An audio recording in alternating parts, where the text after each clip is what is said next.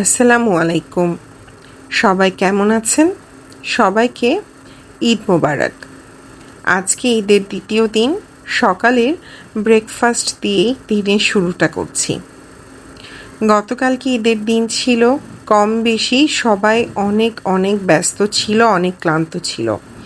আমিও তার ব্যতিক্রম নই, তাই সকালে আজকে একটু দেরি করে ঘুম থেকে ওঠা আর ব্রেকফাস্টের আয়োজনটাও একটু দেরিতেই করা। আজকে ব্রেকফাস্টে রেখেছি হচ্ছে খাস্তা পরোটা আর গরুর মাংস ভুনা।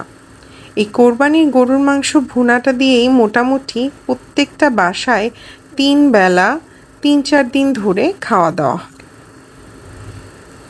আসলে এত বেশি টায়ার্ড ছিলাম যে অন্য কোনো কিছু রান্নার সময় করে উঠতে পারিনি।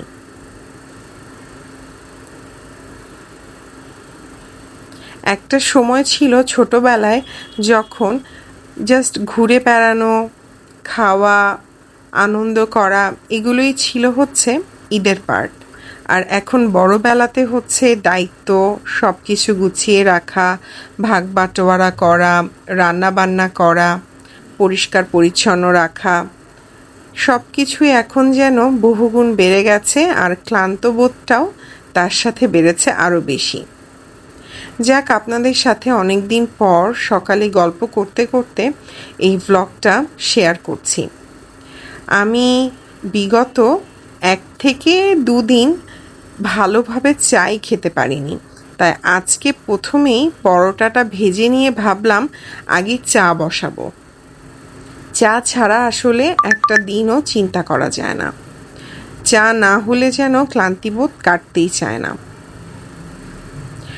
আমি এই দ্বিতীয় দিনের গরুর মাংসটা যখন ধীরে ধীরে ঝুরা হতে থাকে তখনই এটা টেস্ট বাড়তে থাকে আর এটা আমার সবচেয়ে বেশি ভালো লাগে।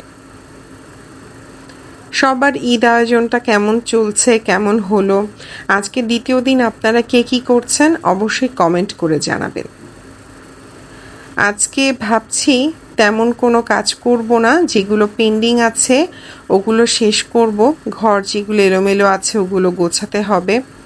গাছে আজকে বিগত 2 দিন পানি দেওয়ার সময় পাচ্ছি না, আজকে গাছগুলোকে ভালো করে পানি দিতে হবে। দেখুন, গল্প করতে করতে কখন যে আমার চাটা ফুটে উঠেছে টেরই পাইনি। জলদি করে আজকে চাটা ছেঁকে নিচ্ছি। আমি বাসাতে ক্যাজুয়ালি এরকম স্টিলের মগ ব্যবহার করে চা ছেঁকতে পছন্দ করি। এটাতে চা অনেকক্ষণ গরম থাকে আর এটাকে ডিরেক্ট চুলার উপরও ব্যবহার করা সম্ভব।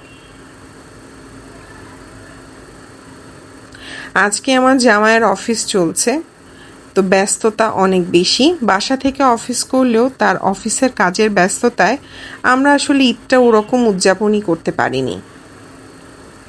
তারপরও নাস্তার আয়োজনটা সেরে নিলাম, দেখি দুজন একসাথে আজকে ব্রেকফাস্ট করব।